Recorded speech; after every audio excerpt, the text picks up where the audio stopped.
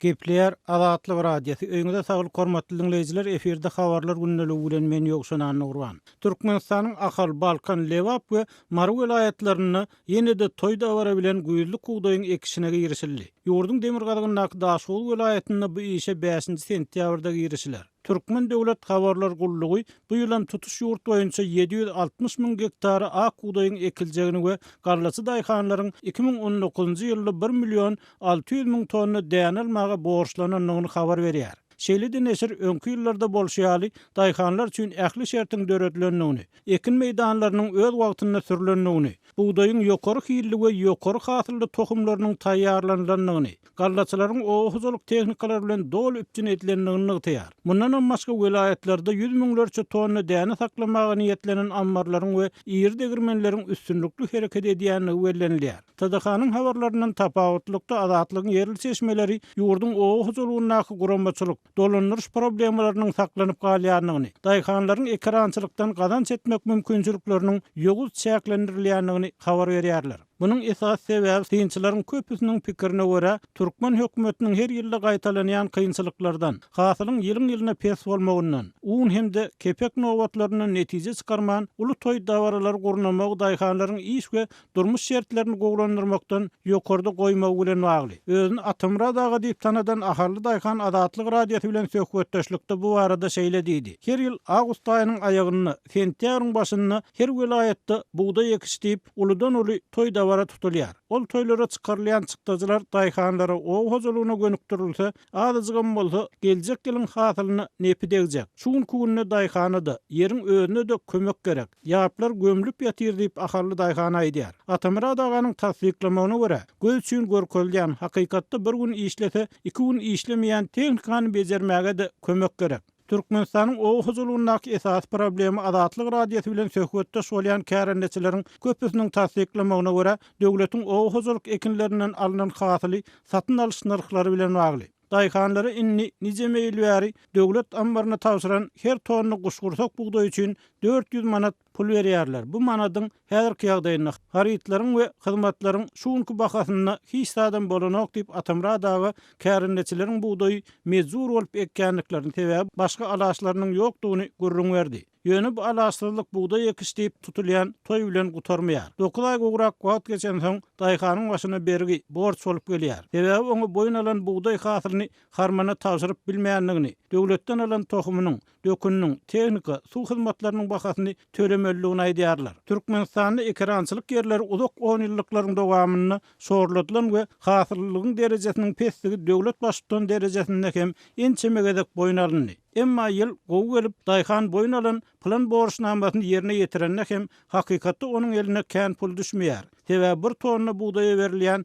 400 manadyň ýarty beýleki töleglere gidýär. Ýöne Atymradagy bu ýerde esas agramyň ýokarda gollugy ýa arkasy bolmadyk daýhanlara düşýänligini, o huzulugyny çuň ornaşan ýene bir problemanyň korrupsiýa bilen baglydygyny aýdýar. Azatlygyň biri-birinden habarsyz çeşmeleriniň tasdiklamagyna görä, Türkmenistanyň soňky ýyllarda emellarlar dogan garyndaşlarynyň adyna 50-100 hektarlap yer alyp, ýöneki adamlaryň yer, suw, tehnika hemde dökün haklaryny iýerler we bu ýagda ýurdun bazarlaryna ady önümleriniň ýyl-ýyldan gymmatlamagyny alyp gelýär. Azatlyk radiosynyň azathabar.com şeýledi Türkmenistanda pitikli beýlik saýtlara hiç gil bökünsiz girip bilmek üçin Sayfon 3 proxy ulgamyndan peýdalanyp bilersiňiz. Proxy ulgamyny psiphon3.com web saýtyndan indirip onu kompýuteriňize ýa-da smartfonuňyza gurnap bilersiňiz.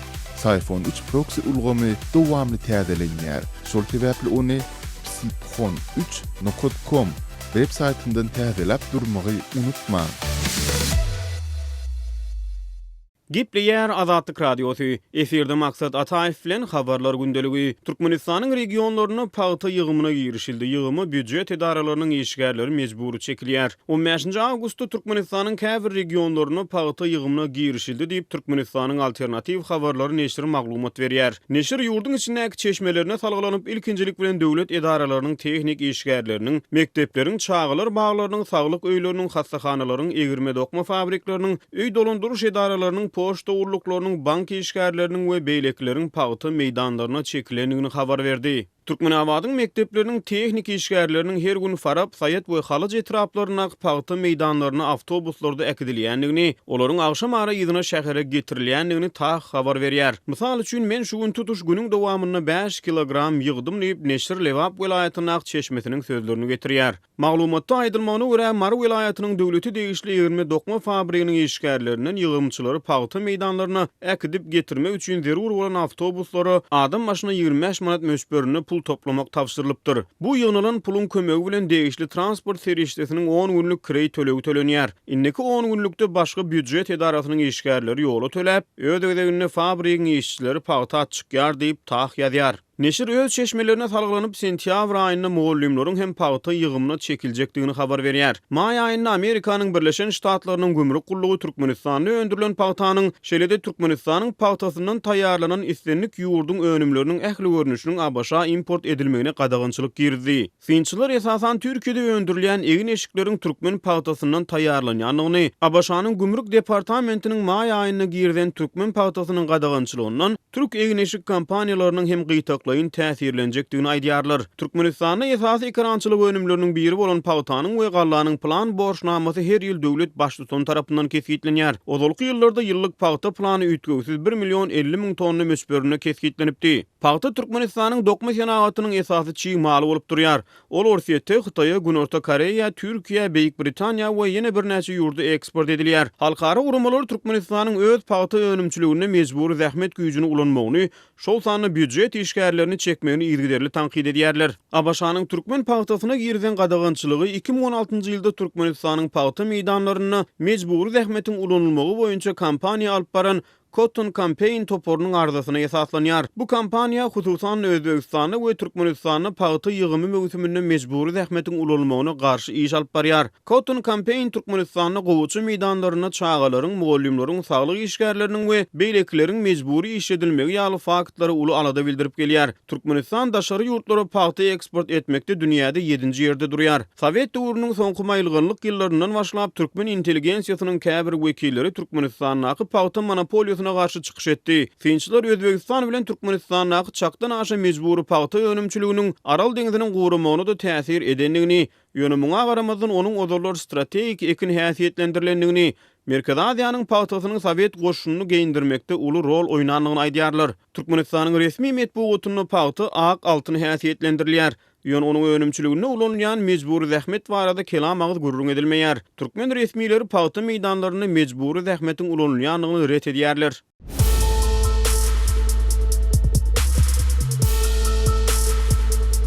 Öz sebitiňizde bolýan wakalar barada adatlyga maglumat bermek isleseňiz, biziň Facebook hasabymyza ýazyň. Bizi gözle bölümine Azatlyk Radiosu ýazyp tap bilersiňiz. Siz suratlaryňyzy we videolaryňyzy hem ýollap bilersiňiz. Azatlyk siziň şahsiýetiniňizi gizlinlikde saklar. Siz bolan wakalar barada maglumat beriň, biz hem habar bereriz.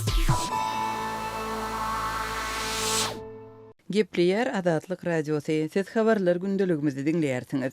30 awgust zor bilen ýitirim edilmeleriň pidalarynyň halkara günüdür. Birleşen Milletler Guramasynyň beýanatynda bellenişine görä adamlaryň zor bilen ýitirim edilmegi global problema öwrüldi we dünýäniň belli bir regiony bilen çäklenmeýär. Şeýle-de zor bilen ýitirim edilmeleriň jemgyýetde terror atmosferasyny ornaşdyrmak üçin ulanylmagy terek däl. Türkmenistanyň türme sistemasynda zor bilen ýitirim edilmeler ýurtda adam hukuklarynyň esasy meselelerining biri bolup durýar. Şu gün ýurtda adamdan 100den gowrak adam direksiz ýeten hasaplanylýar. Olary diri Workodyň atly halkara kampaniýasy şu gün 120 adamyň türkmen türmelerinde direksiz ýetenligini hasap aldy. Emma olaryň hakyky sanynyň has köp bolmagy çak edilýär. Zor bilen ýitirim edilmeleriň pidalarynyň halkara güne kampaniýanyň gatnaşyjylary Türkmenistanyň hökümetine ýüzlenip halkara kanunlaryny depeleýän bu tejribeden destine el çekmäge çagyrýarlar. Мотивом этого сегодня Международный день жертв исчезновений.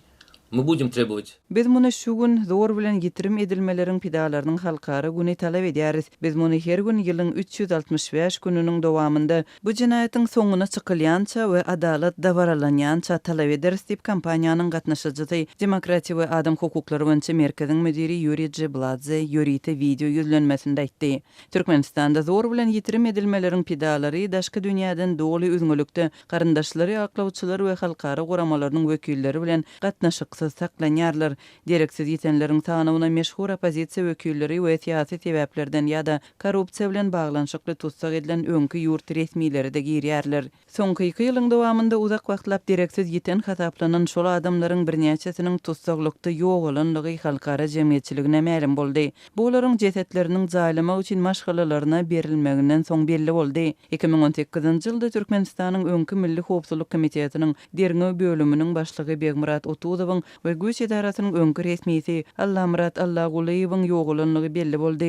2017-nji ýylda Türkmen Newit döwlet kompaniýasynyň öňkü başlygy Tapar Mehmet Weliýewiň we öňkü Milli Howpsuzlyk ministri Poran Berdiýewiň, Türkmenistanyň prezidentiniň howpsuzlyk gullugynyň öňkü başlygy Akmurat Rejepowyň, Türkmen standartlary döwlet gullugynyň öňkü başlygy Bayram Hasanowyň, döwlet hereket gullugynyň öňkü başlygy general Terkeş Termeýewiň, howpsuzlyk ofiseri Wekil Durdiýewiň we polkownik Anna Durdi Anna Sehedowyň tutsaklykda ýok bolanlygy belli boldy. Olaryň ählisi tutsak edilen soň uzak wagtlap daşky dünýäden doly üzüňlükde saklanypdy. Muňa garamazdan Türkmenistanyň häkimetleri ýurtda zor bilen ýitirim edilmeleriň ýokdugyny ýyllar boýy gaýtalap gelýär. Bu ýagdaýda adam hukuklaryny goraýjylar Türkmenistanyň hökümetine ýygdyrly halkara basyşyň edilmeginiň ähmiýetini ykdyýarlar. Birleşen Milletler Guramasy, Ýewropada howpsuzlyk we hyzmatdaşlyk guramasy we Birleşen Ştatlar, Fransiýa hem Şweýtsariýa ýaly dünýä ýurtlarynyň ençemesi Türkmenistanda tutsaklaryň ýitirim edilmegine we üzüne saklanmagyna ýol berilýänligine ençeme gedek aladalanma bildiripdi. Halkara jemgyýetçiligi dünýäde zor bilen ýitirim edilmeler problemasyna 2010-njy ýylda aýratyn üns berip başlady. Şonda Birleşen Milletler Guramasy ýörüýte rezolýusiýany kabul etdi we problema ünsü çekmek üçin 30-njy awgustda bellenilýän ýörüýte senäni esaslandyrdy. Gepleýär Azatlyk radiosi habarlar günneligini dinleýärsiňiz. Türkmenistanyň häkimetleri yerli çeşmäniň sözleri bilen aýdylsa, ýene öz galdyrmadykdyryny bildirýär. Raýatlaryň iş ýerleri bilen söwgeş dowam etdirip, awtohyzmat kärhanalaryny ýapdyrýar. Raýatlaryň hususy awtohyzmat kärhanalaryny ýapdyrmak geçen ýylyň aprelinde döwlet dostlarynyň bu urdaky gödögçiligi berkitmek talabyndan soň başlandy we aralykda biraz böwşeňleşen ýaletdi.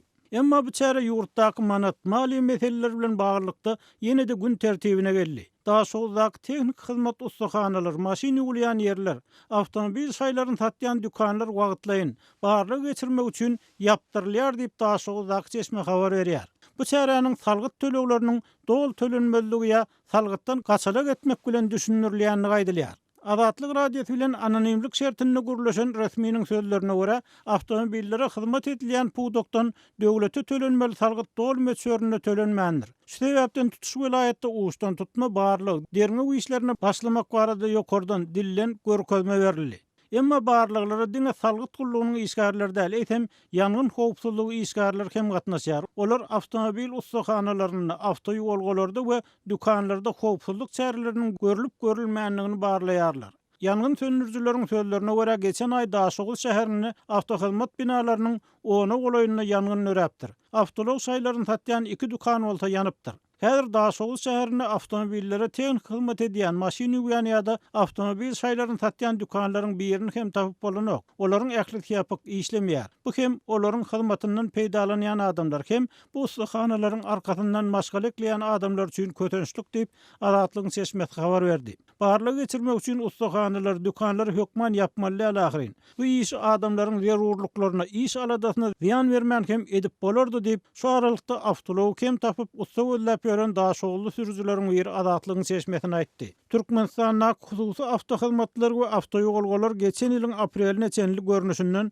salgyt töleglerini nähil töleýänligini, ulanýan soň nireden we nähil wagtdan alýanlygyna garamazdan arkaýyn işlediler. Emma yerli çeşmeler olaryň hemişe häkimetler bilen arada kynçylygynyň bolanlygyny, ýöne prezidentiň tankydyna çenli ol problemlaryň häkimetler bilen özara ýa ikçak düşünmek esasynda çözülenligini aýdýarlar. 2017-nji ýylyň 24-nji aprelinde geçirilen hökümet maslahatynda prezident İçeri İşler Ministrliginiň düdümlerini dünýäniň öňde barjy iş tejribeleriniň ornaşdyrylýanlygyny belläp, paýtagtda we onuň töwereklaryny awtologlara hyzmat edýän kärhanalaryň bir kanun hereketlerine üns çekdi. Şonu Berdimuhammedow Agyş suwunyň hem bir kanun ulanylýanlygyny tasdik etdi. Bu tankytdan soň ýurtda müňlerçe awtoservis we awtoýolga kärhanasy ýapyldy. Olaryň haçan işläp başlajakdygy aýdylmady. Emma daha soğudaky ýagdaýdan çen tutulsa, olal iş togtudylan kärhanalaryň köpüsi gaýtadan açylypdyr ýa täze ustahanalar, awtoýolgolar döräpdir. Şol ruwatda da salgyt tölenmezligi, ýagny kanun esasynda işleýän we kadal salgyt töleýän kärhanalaryň döredilmegi, bu urdaky açyk aýdynlyklaryň ýetmezligi prezidentiň berk tankydyna garamazdan problema bolup galýany meňzeýär. Azatlyk radiosu bilen anonimlik şertine gurlaşan Aşgabatly we Daşoğully telekeçiler bu ýerde meseleniň iş ýerini edinjek we saklajak bolýan adamlarda däl eýsem olara şeýle mümkinçilik bermeýän hemde wagtal barlyk geçirip kärhanalary ýapýan häkimiýetlerde digini sebäbi olaryň bu ýerden bähwit gözleýändigini aýdýarlar.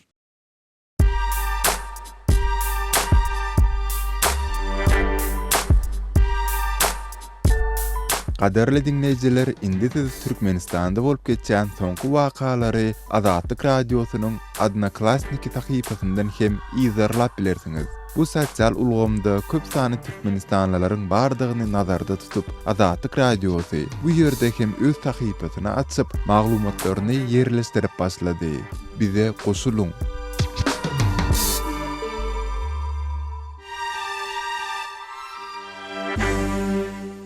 Gepleýär Azatlyk radiosu.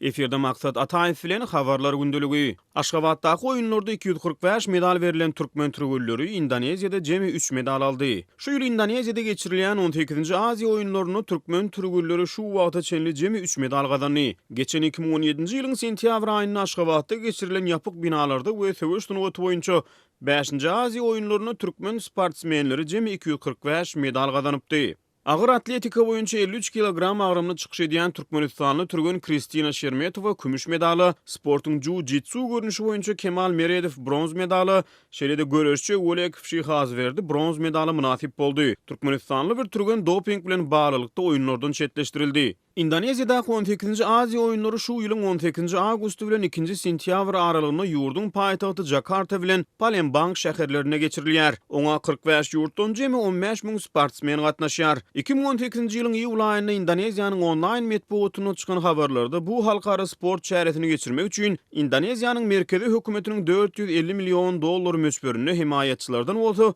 59 million möçberini maliýet serişdetini sarp etmegi gödeňinde tutýanyny habar berilipdi. Amerikanyň sesiniň maglumatlaryna görä ýurdun milli ösüş we meýilnamaçylyk agentligi halkara bäsleşiklere taýýarlyk çäreleriniň çägine 3 milliarddan gowrak pul serişdetini sarp edýändigini habar berdi. Oýunlary ýyldyrlamak üçin jemi 8.000 jurnalist gatnaşýar. Indoneziýada geçirilýän 18-nji Aziýa oýunlary bilen deňeşdirilmegine has kiçik erimli halkara ähmiýeti ýa bolan Aşgabatyň ýapyk binalardaky 5-nji Aziýa oýunlary geçen ýyl 17-nji 27-nji sentýabr aralygyna geçirildi. Durly habar serişdeleri şol sany Azatlyk radiosynyň hökümete ýakyn çeşmeleri 10 günläp dowam eden oýunlary geçirmek üçin Türkmen hökümetiniň 10-15 milliard dollar aralygyna maliýet serişdetini harçlandygyny habar berdiler. Türkmenistanyň resmi metbuaty bu oýunlaryň Türkmenistanyň halkara awraýyna goşandygyny habar berdi. Oýunlara gabatla Başgabatla açyn uşun şeklini adynyň 2 milliard dollarlyk aeroport durdurdy. Diňe sport çäreleriniň geçirilmegine niýetlep Olimpiýa şäherjigini bina etdi.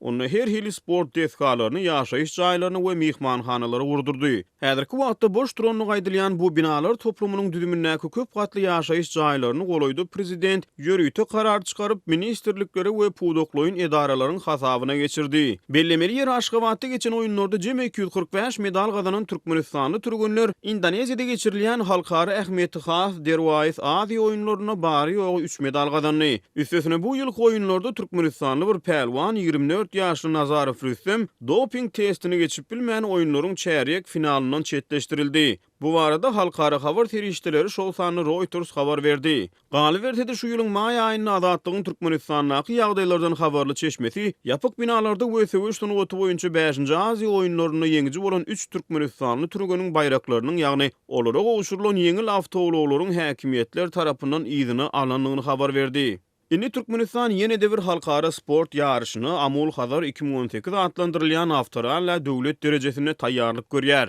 Azatlyk radiosynyň ýurdun içindäki habarçylary Awstraliýanyň geçirilýän ýol ugruna her welaýatdan 7.000 adamyň mezburi şowhuny tomoşaçy işine bellenendigini habar berýär. Azatlygyň habarçylary ýurtda ykdysady krizisiň höküm sürýändigini, ady haritlaryň gytalýandygyny, dükanlaryň öňünde harit nowatlarynyň döreýändigini habar berýärler. Metbuatda peýda bolan habarlardan ma'lum bolşuna görä, Amol Hadar 2018-de Türkmen prezidentiniň hut özüniň bäsleşige gatnaşmagyna garaşlýar. Türkmen hökümetiniň halkara sport çäreleri üstümizdäki awtoraly bilen çäklenmeýär eýsem, öňümizdäki noýabr aýynyň Aşgabatda agyr atletika boýunça halkara ýarış geçirilýär. Türkmenistanyň sport we ýaşlar siýasat ministri Around the Rings neşri bilen golaýda geçiren söhbetdeşliginde Türkmenistanyň özüni Olimpiýa oýunlaryny geçirmegi arzu edýändigini aýtdy. Indoneziýada geçirilýän 18-nji Aziýa oýunlary 2-nji sentýabrda tamamlanar. Türkmen döwlet habarlar gullugy oýunlar barada ýetiren düýünki habaryny Türkmenistanly Turgan Gulbadan Babam Radwanyň Gyrgyzstanly garşydaşyny Wazari telsimini ulanyp ýeňendigini habar berdi. Adatlyk radiosu Telegramda. Bizi Adatlyk radiosu sözü bilen tap bilersiňiz. Adatlyk radiosu arkaly öz maglumatlaryňyzy ýyla ýetirmekçimi? Biz bilen Telegram arkaly ýagny goşmak belgisi 420 724 168 983 we goşmak belgisi 420 773 797 383 telefon belgileri bilen habarlaşyň. Biz siziň şahsiýetiňiziň gizlin saklanjakdygyna kepillik etýäris. Gepleýär Adatlyk radiosu. Habarlar günneligi gepleşigimizi halkara temamyz bilen men Sahra dowam etdirýärin. Özbekistanyň Adalet Ministrligi düýbi Washingtonda ýerleşen halkara bilim üçin Amerikan geňeşleriniň yerli bölümini resmi taýdan hasap aldy. Bu soňky 10 ýylyň dowamında Özbekistanda akkreditasiýa ruhsatyny alan hökümeti değişli bolmadyk ilkinji guramadyr. Özbek Adalet Ministriniň ornwasary Akbar Taşkolow halkara bilim üçin Amerikan geňeşleriniň Özbek bölüminiň registrasiýa edilendigi baradaky sertifikaty Birleşen Ştatlaryň ilçisi Pamela Spratlyna gowşurdy diýip 30 awgustda Daily habar websaýty ýazdy. Amerikan geňeşleri dünýäniň dürli ýurtlarynda Birleşen Ştatlaryň bilim programmasyny we alış çalyşy durmuşa geçirýär. Birleşen Ştatlaryň döwlet departamentiniň metbuat wekili Heather Nauert özüniň Washingtonda geçiren metbuat briefinginde bu hereket Özbegistan bilen Birleşen Ştatlaryň arasyndaky strategik hyzmatdaşlygyň ösýändigini we Özbegistanyň hökümetiniň ähmiýetli reforma we halkara borçnamalaryna ihlaslydygyny görkezýär diýdi. Şeýle de ol munyň iki ýurduň halklarynyň arasyndaky gatnaşyklarynyň hem güýçlenýändigini alamatlandyrýar diýip, Amerikan geňeşleriniň Birleşen Ştatlar bilen Özbegistanyň arasynda akademik we medeni alış-çalyş üçin ençime mümkinçilikleri döretjekdigini hem belledi. Özbegistanyň Washingtondaky ilçisi Javlon Wahabow hem Twitter sosial ulamyna ýazan tweetinde wakany gow garşy alyp 2006-njy ýyldan bäri Özbegistanda hasap alynan Birleşen Ştatlar bilen il teşkili ilkinji döwleti değişli bolmadyk gurama gutlaýaryn diýdi. Çärek asyrdan gowrak wagt Özbegistany demir ýumruk bilen dolandyran Islom Kerimow aradan çykandan soň häzirki prezident Şavkat Mirziýoýew ýurduň içinde reformalary durmuşa geçirmek we daşky dünýä bilen gatnaşyklary gowlandyrmak üçin ädimleri ätdi. 2016-njy ýylyň sentýabrynda Kerimowyň aradan çykandygy ýylan edilenden soň Mirziýoýew wagtlaýyn prezident wezipesine girişipdi. 2016-njy ýylyň dekabrynda Berk gözegçiligi astyna geçirilen saýlawlarda Mirziýoýew ýurduň prezidenti wezipesine saýlandy. 2017-nji ýylyň sentýabr aýynda adam hukuklaryny gorap çykyş edýän Human Rights Watch guramasynyň delegasiýasy 7 ýyl ara kesmeden soň ilkinji gezek Özbegistana bardy. Mundan öň guramanyň wekillerini Özbegistana girmek gadagan edilipdi. Şu ýylyň maý aýynda bolsa düýbi Londonda ýerleşen we adam hukuklaryna gözegçilik edýän Amnesty International guramasynyň delegasiýasy Özbegistana sapar etdi. Gurama munyň soňky 14 ýylyň dowamynda amala aşyrylan şuňa meňdeş ilkinji sapar bolandygyny ma'lum edipdi. Hormatly dinleýijiler, şunuň bilen habarlar günneligi gepleşigimizi geçirip otarýar. Saatlar kesmeden soň programmamyzy gaýtadan ýazgyda dinläp bilersiňiz.